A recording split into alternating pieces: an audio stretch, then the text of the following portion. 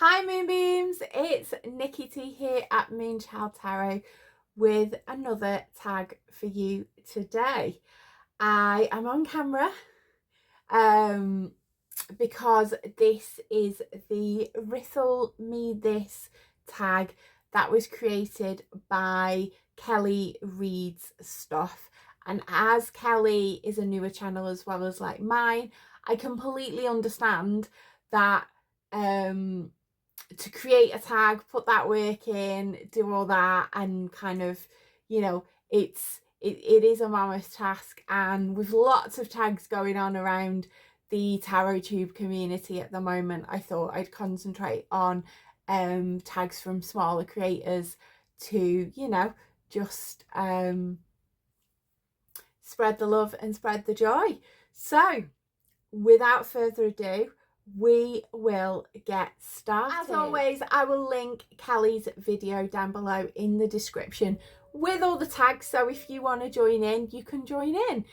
So let's get started with the first question. The first question is, do you have a preferred school of tarot, or do you collect them all? Now, I first started, when I started reading 20 years ago, I first started with a pip deck. I really struggled. We know the drill.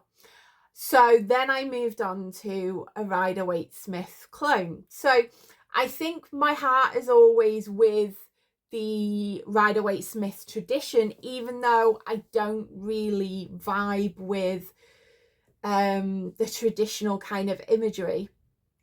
I've always had lots of Rider-Waite-Smith clones. I really mostly use the Rider-Waite-Smith system.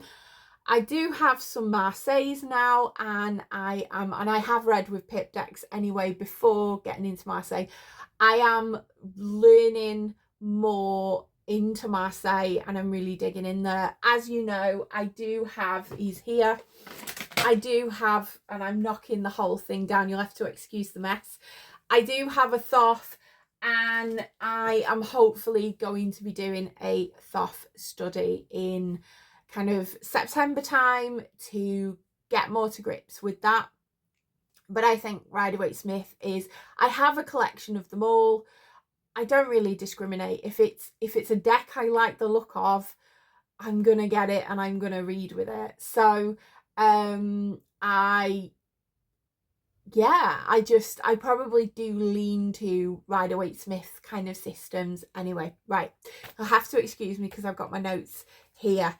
Second question, what is your life path card and your current year card, and give some examples of them. Now, interesting thing, I drew a card at the beginning of the year to symbolize my whole year, and I noted it down, everything.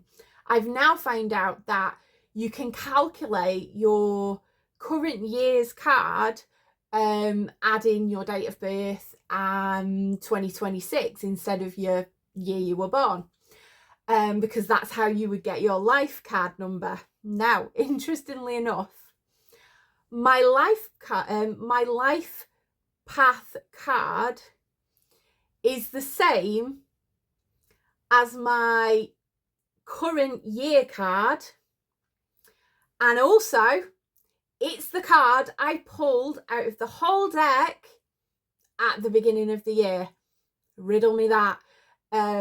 Some weird kind of woo-woo going on there, but my life path card is the Hierophant, and I'm just gonna, this probably is my favorite Hierophant because I do have a bit of a hoggle about me. I might not be as grumpy, but yeah, I do have a bit of a hoggle about me.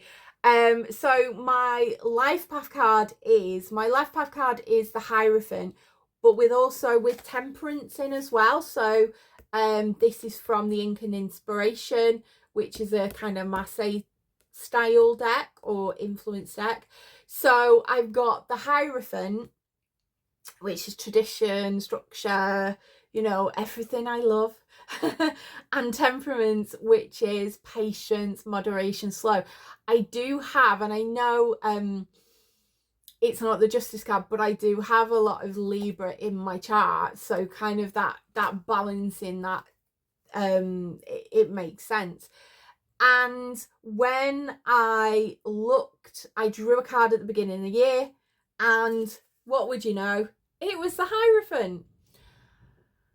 And then I calculated my current year card, and what do you know?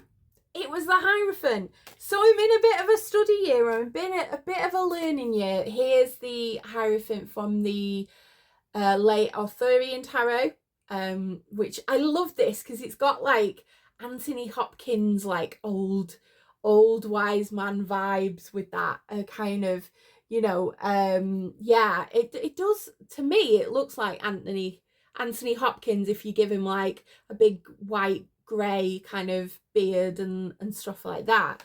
I love this Hierophant from the Shadows We Cast there, like the door with the knowledge, yeah.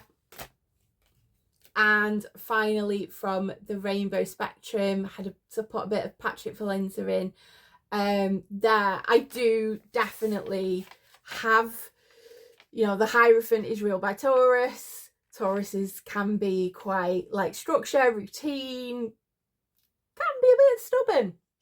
I'm a Capricorn sun, but I do kind of identify. And my mentor actually thought I was a Taurus at one point. I don't have a lot of Taurus in my chart, but yeah, I think that mixture, my Cap vibes and my neurodiversity kind of mixes together to emulate that vibe. So yeah, that they are just a couple of examples of the Hermit and Temperance. So I am going through a year of learning more about myself, learning more about my neurodiversity and how I can kind of deal with my physical issues and having a dynamic disability as well as neurodiversity. It's kind of a whole big learning year, and I am, you know, trying to get to grips with it as much as we can. So let's get on to the next question. Question number 3. Do you have a favourite card or particular card you are drawn to? Now, maybe answers in the comments. Did you guess correctly? What do you know? Have you been watching Pop Quiz? Pop Quiz, like from the film Speed. Pop Quiz. What is Nikki's favourite card? Can you guess? It's the Devil. I just, you know, I'm a Capricorn. Capricorn is, you know, the Devil is ruled by Capricorn. And, you know, I don't necessarily like this kind of the Devil being a negative card. I feel like the Devil can almost be a little bit like trickster energy. Yeah, they can go down the route of doing things to excess and enjoying themselves and having this kind of hedonistic kind of personality.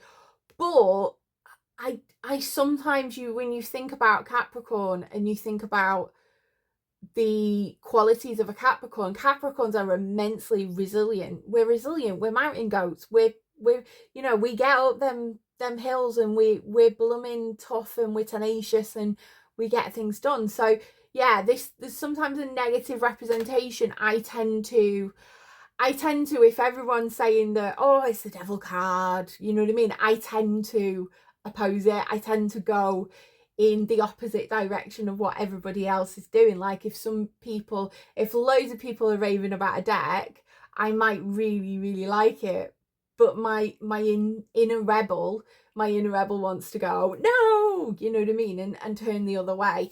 This has got to be one of my favourite Devil cards ever. It's from the late Arthurian Tarot, and oh my god, every time I pull this gives me Tom Ellis vibes in Lucifer. It's like, what is it you desire? Yeah, it never grows old. The minute I pull the Devil card, that phrase comes into my head in Tom Ellis's accent. And if you haven't watched Lucifer, what are you doing? Yeah. I just love this. I just think it's alluring, it's lusty, it's kind of drawing you in type thing. So I always look at the devil cards. Of course, we had to have my devil card from my Marvel Tarot, which is my favourite character, Loki. I love Loki vibes. I have a Loki tattoo, if you can see there, and I've had that for about 2022, about 4 years now. So yeah, I love Loki. If I had the money and I had the kind of patience and that, I would have a whole arm full of Loki tattoos. I've always been drawn to the energy, even though I kind of really ramped up in my Marvel love of Marvel when the Iron Man came out, everything like the Thor movie, all like that. And Tom Hiddleston has done a very, very good service to Loki. Yes. He's a celebrity crush, but only as Loki. I've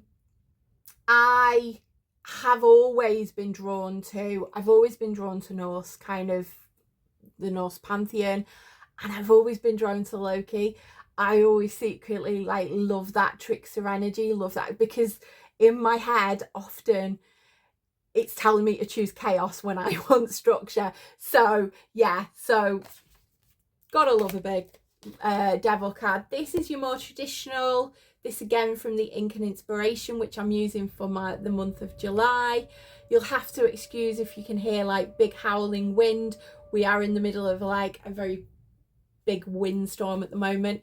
Yeah, I love a good devil card. And in the same kind of respect of my inner rebel going against these cards where people go, oh, it's immediately certain doom.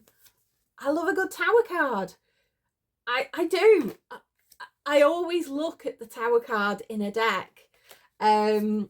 This has got to be one of my favourite tower cards, and this is a reason why I'm reluctant to get rid of this deck, because I've not really bonded with it. But I love this tower card because sometimes you've got to jump off that tower yourself, or you've got to dismantle that tower yourself and do a kind of self-imposed tower moment. And I just like the way that Travis McHenry took it in a different direction, and obviously linked it into the history of Vlad the Impaler. And then finally, this is from The Shadows We Cast. I do love that tower because, again, nothing is falling. She's stepping into it. She's embracing it. She's going into. And for somebody who doesn't like change, I hate change. If things change, I then tend to kind of get all discombobulated and everything. I hate change. I hate chaos. But I've dealt with change and chaos very, very well. And again, Capricorn resilience there. So yeah, it's that I've got Aries rising and I'm a Capricorn sun. So it's that kind of fire and earth chaos kind of, one side wants chaos, one side wants stability there. Then my final major card that I love is the moon. I do look at the moon card. This is my second favourite moon card because the next one is my favourite. From Labyrinth there with, going into that dream. It's not reality. It's tricking you and trying to keep you in there. And I think that the peach in that film really, really does describe the whole moon card really, really well. Things can be deceptive, your dreams can be deceptive, what people are doing when they're keeping secrets and stuff can be deceptive. So that illusion there. This is my favorite moon card. It's just so good in its simplicity, and I love the sea. I absolutely am a water baby. I would love to just spend all my time at the seaside, sitting on the sea. sitting at the seaside and just enjoying, you know, even when it's stormy and it's gloomy, I would be there. And this is from the Le Arthurian Tarot again. I'm going to be limited on the decks that I'm going to show because, as you can see, I've not got all of my decks out. They're currently in a bag at the moment there, so I've yet to kind of go through them, and I don't want to mess up too much. So yeah, this is the Le Arthurian Tarot. And then finally from the Marvel Tarot, Moon Knight. And again, that deception, that, you know, it's almost like sometimes the moon can be a little bit like a card of well, not gaslighting, but you know what I mean, like people saying one thing and then doing another, if you know what I mean, when the moon kind of pops up. So let's get on to the next question. Which decks have the most pleasing backs? And I think I would say the Shadows We Cast. I just like the simplicity of those backs. I really, really do like them. Another back I really like is the Tarot of the Abyss. I just think it's beautiful. It's pretty. Yeah, I really like it. When I see that back, I think comfort. And I forgot to mention, another card that I always look at in a deck is the Four of Pentacles, because I sometimes dislike the negative association with the Four of Pentacles, and I am a bit like this. I do identify with this card.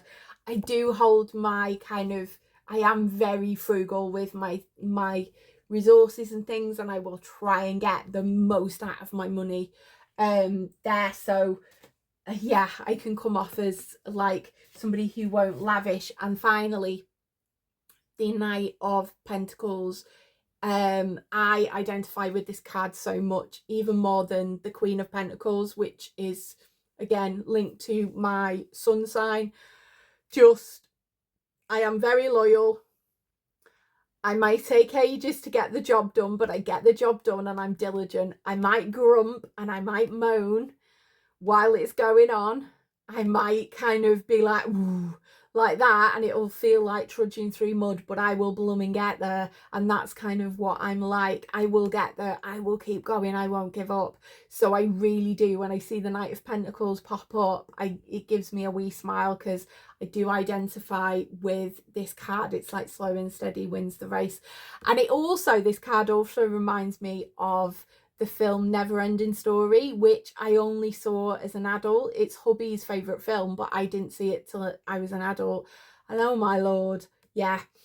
I won't watch that moment again anyway. But yeah, if you know, you know, for all us old timers out there. So favourite backs, yes, is the Shadows We Cast and the Tarot of the Abyss. Love them. Let's get on to the next question. Do you have a preferred cardstock or finish? Right, so I love US Games cardstock. This is obviously Tarot of the Abyss, US Games. I love how just this has been used for a good nearly, you know, over 2 years. And this is near enough in great condition. This has done reading upon reading upon reading upon reading, and it is still held up really, really good quality. I am absolutely love US Games cardstock. The next cardstock that I really like is the cardstock from the Le Arthurian Tarot. So it's matte, and it's not as thin as the US Games cardstock. It's just a little bit tad thicker, but it just feels, I think because it's more matte, yeah, because this is a little bit shinier. I think because it's a little bit more matte, it's got that tactile feel to it. It does shuffle a bit louder, because anybody knows me knows I don't like a noisy shuffle. So I've got a specific tarot deck that I don't take out and I don't use because it's a noisy shuffle. I tend to prefer it if it's a bit smoother. So Los Scarabaeo's new, like the Joker Tarot, that's a really good cardstock, and again, but they are a bit loud when they shuffle. I don't mind it, but if I'm feeling overwhelmed, the noise will really annoy me. So I don't mind it most of the time. It's just obviously personal things. So maybe I need to remember not to shuffle kind of matte swooshy deck when I'm a bit mentally overwhelmed. Let's get on to the next question. Do you allow others to handle your cards? Would you allow anyone to access to your collection? Maybe the face says it all. Heck to the no, no, no. No. No. I do not share. I've always been part of my neuro spiciness. It's always been part of me that I like my stuff, and it's my stuff, and if you're gonna take my stuff, you're gonna touch my stuff, you're gonna use my stuff, you ask first. Yeah. And I might sound a bit kind of teachy, but it does really grind my gears when people just are hands on and grab stuff. It makes me feel like I'm gonna vomit, if I'm being honest. And you might think, oh, she's a strange person or whatever. I've always had it. I had the same with my lighting board at school. So I was a teacher, you know, little grubby hands going on my lighting board and messing with it, and I'd be like, no. Like, although it's the schools, it, you know, it feels like it yeah, I just can't do it. So I won't let, if I do a reading, I will pull the cards, and I know that might be, you know, controversial to some school of thoughts, but I feel like the energy of the reading and what spirit want me to tell the person will come through the cards, regardless of whether they shuffle them or whether I shuffle them. And again, that might be controversial. Would you let anyone access your collection? I wouldn't let anybody access all of my collection, but I definitely would, you know, my daughter, if she ever wants to read, there are decks that I would happily go, yeah, you can try them, you can use them. I'm fine with that.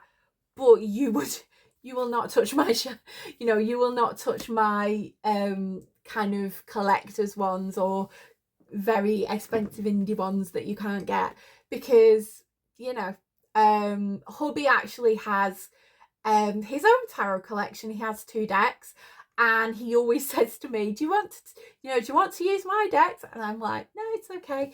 He has a Fallout tarot and a, what is it, World of Warcraft tarot, and I didn't, yeah, they're just pumped out to kind of get people's money who are interested in the game, and I didn't kind of get the vibe that I wanted to kind of use them. So yeah, so I would be reluctant touching other people's collections as well, just because of the same, you know, thing and everything like that. Do you cleanse or smudge your decks, and how? So I have a little bell, my little silver bell. I use that sometimes to kind of, that's more to cleanse the space. I've got so many incense here. I will usually, if I need to cleanse a deck, I will cleanse it with incense. And when a deck comes into my collection, so I buy a new deck or I get a second-hand deck or whatever it is, if a new deck comes in my collection, I will cleanse every single card. I have now started to, if it's second-hand, I will put it back in order, and I will go through each card and I will smoke cleanse each card and welcome it into my collection.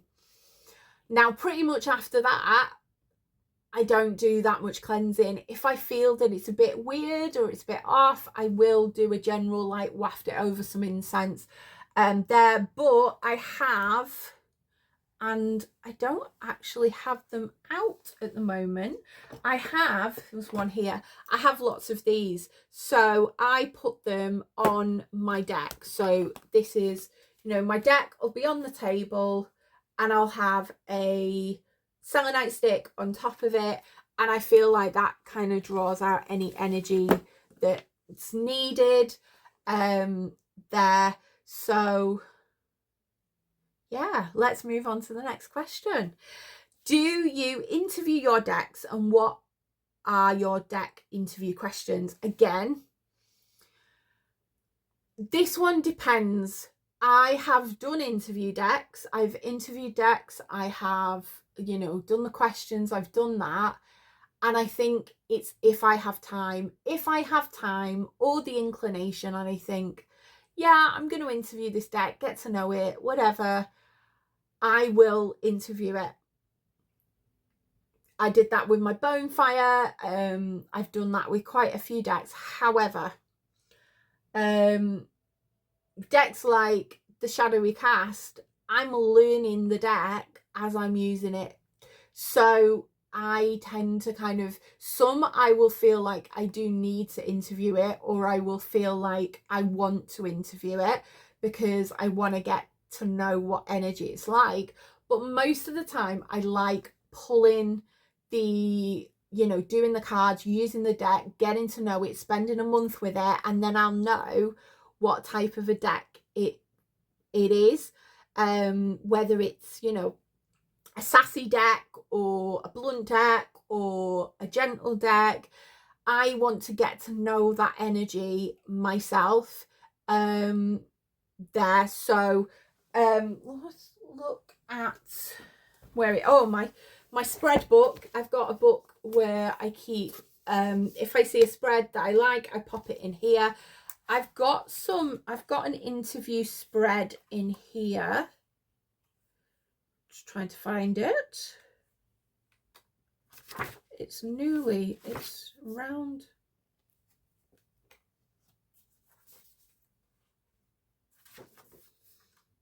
Would you know? I can't find it. Right, found it now. Just had to pause for a second. So this is my new deck spread. I've got, what work are we meant to do together? What am I ready to embrace and step into with our partnership? How do you offer and deliver wisdom? What card in the deck is showing up as a deep teacher for me? Now that is kind of, it doesn't give the weaknesses, so I would tend to maybe take the first two questions, what are we meant to work together, and what am I ready to embrace and step into with our partnership, or maybe how do you offer and deliver wisdom. I might do, how would we work together, how would you offer and deliver wisdom, and then what are your challenges as a deck, what is, you know, what is your strength or your weakness type thing. So I think I probably would change that when I interview my decks in future. But I feel like I probably won't interview as many there now. A lot of them have been in my collection. I've got some that are brand new, like the Thelema. I've got the Thelema and the Tarot Sweet Twilight. I might interview them just because I don't know them as well. So yeah, anyway, moving swiftly on. What is your pet peeve you have as a tarot enthusiast? Now, I might annoy a few people with this one, or I might be controversial, but I'm going to say it anyway. My peeve is the dismissing of tarot used as a predictive format. Now, I'm going to caveat this with, mostly I read for the present, I read psychologically, I use it as a deep spiritual tool to, you know, look at what's going on now, and I use my, you know, knowledge of trauma, the brain, my counselling skills, I use all of that. So this is not to say that I am completely dismissing, you know, the psychological Jungian kind of approach to tarot. I like to mix and match. I like to kind of use the best of both worlds. I do like, being somebody who doesn't like change, I do like to know what energy is coming up. I, you know, have done readings about, I do weekly readings about what's going to be a strength and weakness of my week, what's going to come up, what energy is coming up. And usually sometimes it will predict and kind of say, well, we told you that would happen. So, and I feel like we shouldn't dismiss it because of the roots of where it came from. And I know that it was originally created to kind of, it was originally created as a game, but you know, lots of part of the Romany community and everything, and in France with the Tarot de Marseille, you know, there is that long line of tradition of fortune telling, of going to somebody and finding out what the future holds. And I have, as a young adult, you know, gone to them, and a lot of things kind of came about. So I can't fully dismiss this thing of it's just scientific, it's just Jungian psychology kind of things. I think it's such an amazing, intricate system. It can kind of embrace everything, if that makes sense. But yeah, yeah, so that's a little bit of a pet peeve. Now, swiftly moving on to the next question is, do you modify decks? Show and tell your favourites. Now, most recently, I did the Goddess of Love Tarot, and I edged it in this blue. You can see I've got a video up of it. I did. It's not the best job. It's not fantastic, but you know what? It's fine. It's, you know, if I'm desperately in need of another version with the horrible red borders, I will rebuy it. So yeah, I do mod my decks. I am starting to mod my decks a lot more, and I'll just get my favourite mod so far is the Solitary Witch. So this had a border down both sides. It didn't have a border at the top or the bottom, but it had a border at this side. It made it hard to kind of hold that way. Yeah, and I struggle with my hands. So what I did, I cut the borders off. I trimmed the bottom as well because it was quite long. It is quite long for a deck. I can just about hold that now. Yeah, and it is stretching my hand and causing a bit of pain. I wish they'd make miniature versions. And then I edged it in this silver, and I think it's gone really, really well. You know, my cutting is not perfect. It's not all straight. It's not over. But again, I like, you know, that it's mass market and it's easily or readily available to me if I kind of mess up and stuff like that with my mods. Yeah, it's never leaving my collection now anyway, because it's modified. The same with the Goddess of Love. So it will, sorry, I didn't weave an end in. If you're a crocheter, you know. I don't like weaving ends in on my crocheting. If I make it for somebody else, yes, I will quite happily weave my ends in. But if it's for me, I don't bother. Anyway, controversial opinions in the crochet sphere there. So yeah, I do modify decks. That's my favourite one. I like making bags for them. So this is my Labyrinth Tarot in this, you know, grey, sparkly grey. I don't know, you can't really see it on camera, but it's a sparkly grey. It reminds me of like the owl. So when he's in his owl costume at the end, David Bowie, and he's all looking all tired but majestic and gorgeous. There, yeah, so this kind of, I saw that and I thought, yeah, I've got to make Jareth a bag, because I name my decks as well. Again, might be unpopular opinion, but I do personify my decks. They have energy. They are, yeah, they are part of my family. Anyway, at number 11, do you have any unusual places you like to read cards? Not really.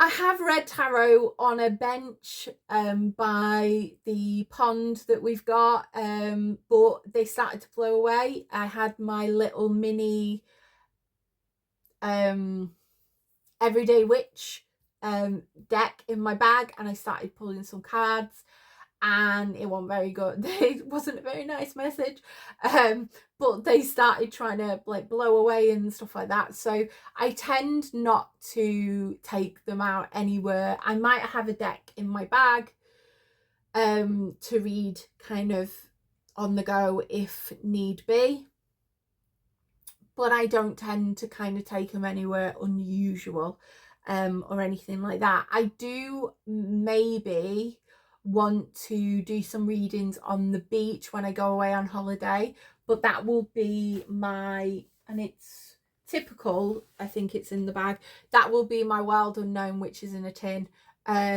So it's not going to get battered or anything like that. So moving on to question 12. Question 12 is, do you prefer to read for yourself, friends and family, or strangers, and why? I much prefer reading for friends and even strangers as well. Strangers is a little bit more of a, there's a little bit of more of a confidence within myself reading for somebody I don't know. Reading for friends, I kind of am aware of their energy and aware of things and stuff, and I find it much more easier to read kind of friends and stuff like that. Family, they've not really kind of shown an interesting one in it. So yeah, but I much prefer reading for others than I do for reading myself. I think I'm a lot more objective. I'm a lot more kind of step back from it. I think when I read for myself, I have a habit of typical kind of Capricorn fashion, is like seeing the message and not seeing the, you know what I mean, and going, well, I don't want to do that, so I'm not going to, you know what I mean, like not listening to my own advice. And I'm being very honest about this. Sometimes I don't listen to my own advice when it's in the tarot cards. It can scream absolutely murder. I've got to come at it at my own fruition. I've got to come at it at my own pace, and it's almost like a seed. The seed can be planted, but I've got to water it and make it grow, if you know what I mean. So the tarot can be keeping on saying this is happening, you need to deal with it, and I've got to do it in my own due time, a bit like the Knight of Pentacles. You can see the resemblance there. Now 13, do you engage in any non-divinatory activities with your deck? This is a short one. The answer is no. I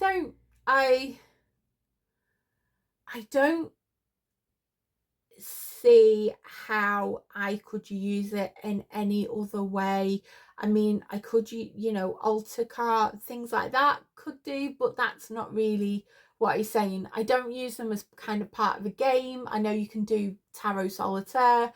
That'd be interesting to somebody to do a video to tell us how we do it. I don't use them for like story games or anything like that. So no, I don't do that. Number 14, do you reorder your decks after reading or before putting them away? No, I do not. I keep them, I just put them back in the bag and have done. Sometimes I will go through a deck and I will put them all up the right way round. So that's kind of my act of resetting a deck, is I will make sure all the cards are upright, so that it's just, I read reversals and I don't. I kind of tend to, I get that feeling if it is in a blocked position or something like that, it will kind of come out. So I tend not to use a lot of reversals. So I put them all upright. I don't put them back to the beginning. I don't think I ever have. So like my Tower of the Abyss, I haven't ever put that back in order. I don't think I would. There was a really good idea on somebody's channel where they, at the beginning of the year, they put all their decks back in order. And I think obviously you'd have to, I've got about 60 decks. And then you, at the end of the year, you look at the decks that are still in order, and that will give you a clue of maybe what you need to get rid of, a purge and stuff like that. I just don't do it. I just don't want to do it. I think I know what decks I get on with and what decks I don't, and what decks I don't use or am struggling with or reluctant to pick up. I am very well aware of decks that are now moving towards purgatory, like my Phantom Wise Tarot. I feel like I'm going to get a new deck that's coming in that might take that kind of place of the Phantom Wise Tarot. So again, that is going to be given a second chance, and I will give it a month to kind of see if it wins me over again. The same with my Vlad Dracula. I will use it for, I will give it a good month. I will use it, you know, exclusively. I will try and kind of get that bond with it, and if I don't get that bond, I'm gonna potentially move it on. I don't know. Although I would be sad, because I do want to learn more about about Vlad the Impaler, Vlad Dracula, being, you know, somebody who grew up in the 90s and grew up on a diet of Bram Stoker's Dracula. Yes, only started watching it for Keanu Reeves, but stayed there for, you know, the whole Gary Oldman in a top hat there. Anyway, I digress. Last question 15. Do you have an exit plan for your tarot deck and book collection? At the moment, no. I don't. I think my tarot collection, if I still have it, or, you know what I mean, I would hopefully, as I get a lot older, maybe reduce my collection to, so it's not huge. I can't have a big collection anyway. I've got this shelf space and kind of that's it. It would probably, my decks would probably, most of them go to my daughter. I probably would need to think, maybe my Jareth would go to my really, really good friend. She knows who she is, there. But yeah, I don't know. It's a bit, yeah, I don't know. I think it would probably go to my daughter, or my daughter would take the stuff or whatever, and I'd be like, take what you want, and if you can get a good price on eBay for some of them, then have at it, you know what I mean? Like, make some coin. You know, I wouldn't, you know, I wouldn't haunt my husband if he took my collection and you know, tried to get some money from it. It's not, you know what I mean? It's at the end of the day, yes, it's special, and maybe there might be one deck that I take with me, if you get what I mean. but I don't see it as,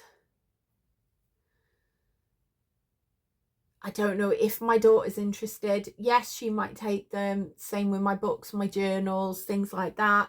But other than that, I haven't really considered it. There. Now, the bonus question, and I really liked this bonus question, is name a celebrity you would love to read for, and which deck from your collection would you choose? Can you guess who I'm gonna pick? He's here in the flesh. It's Mr. Keanu Reeves. Oh, sorry. 35 years. I have loved this man. I have watched his films, good, bad, and downright terrible. I have, you know, worshipped and adored him. I have a bigger cutout because I know Kelly from Kelly Read Stuff had a Walter Goggins 6 foot kind of life-size cutout. I have got, and he's behind the bed, all folded up. I have got a 6 foot Keanu or whatever his height is. I'm ashamed I don't know that. I got it for my 40th. I will try and get a picture and insert it in there, because it stayed in my classroom as a teacher, in my drama studio. It stayed in my drama studio for such a long time. So what, I was 3.5, 4 years. Yeah, so it stayed 3.5 years. I was 40 when we were in one day. So it was my birthday and it was an inset day. We had this celebration and then we went into lockdown because it was 2021. Yeah, it was 2021. So we all went in lockdown and I left Keanu there for a bit and then he stayed in my classroom. But I've got the mini Keanu as well. So I would do a tarot reading for Keanu Reeves, real person. If it was a fictional person, it would probably be Tom Hiddleston's Loki. Yeah, definitely. Or maybe Matt Smith's Doctor Who. Yeah, but I would definitely interview Keanu. So while he's here, let's get out the deck that I would use to interview him. And it is the Shadows We Cast.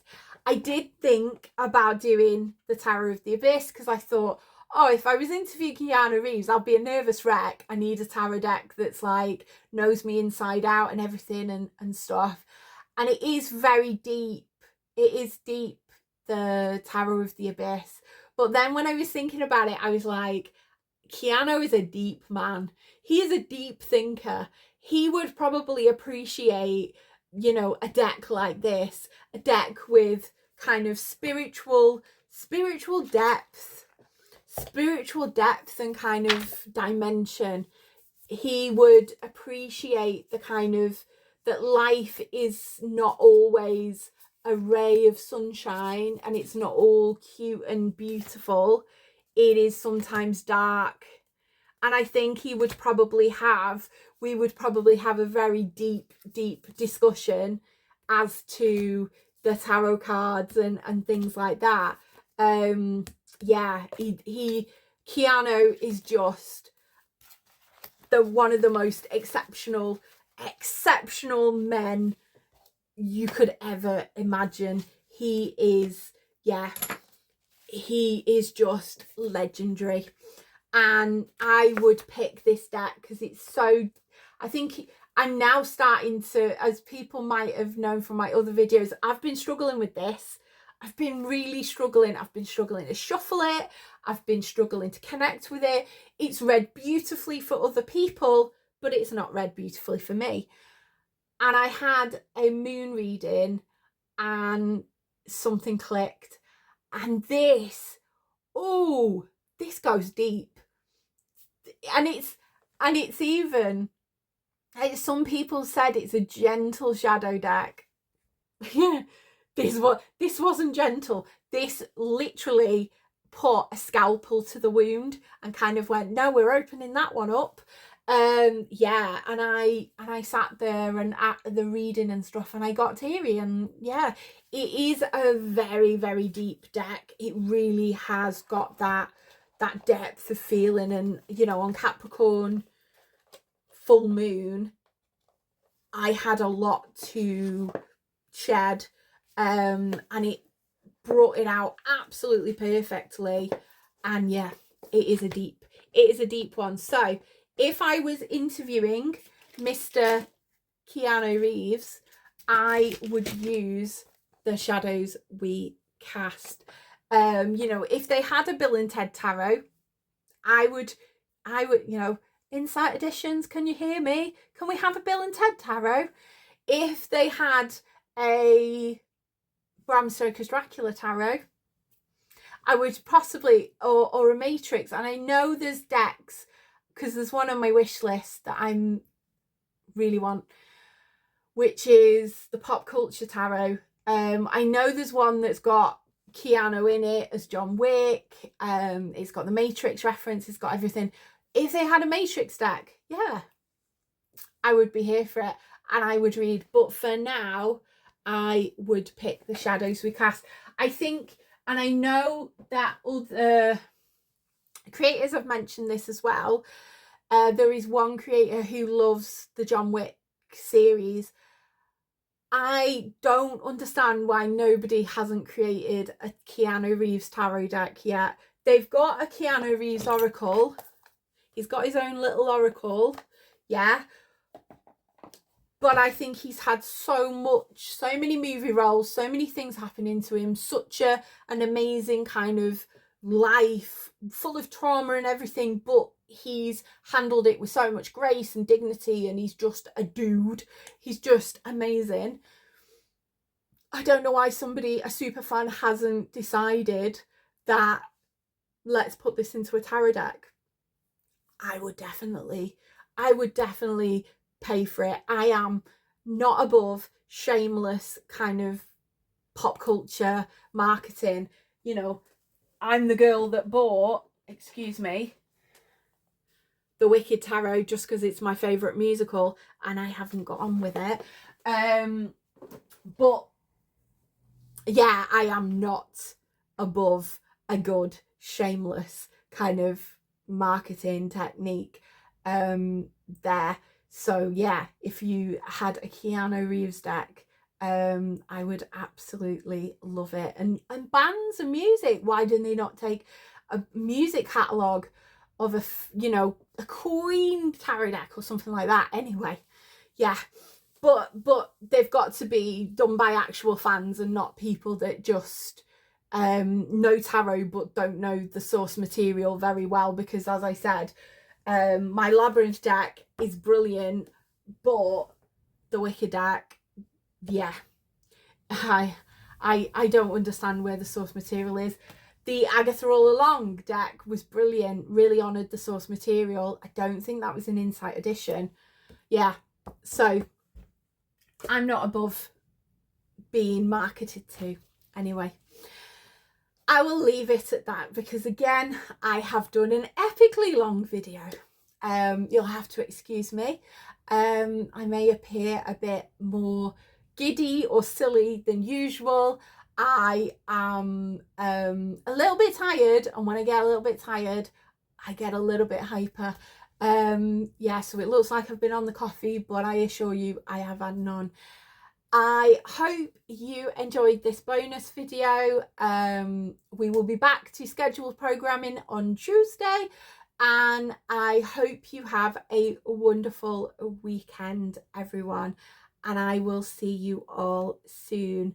Have a wonderful weekend, my beautiful Moonbeams. Bye for now.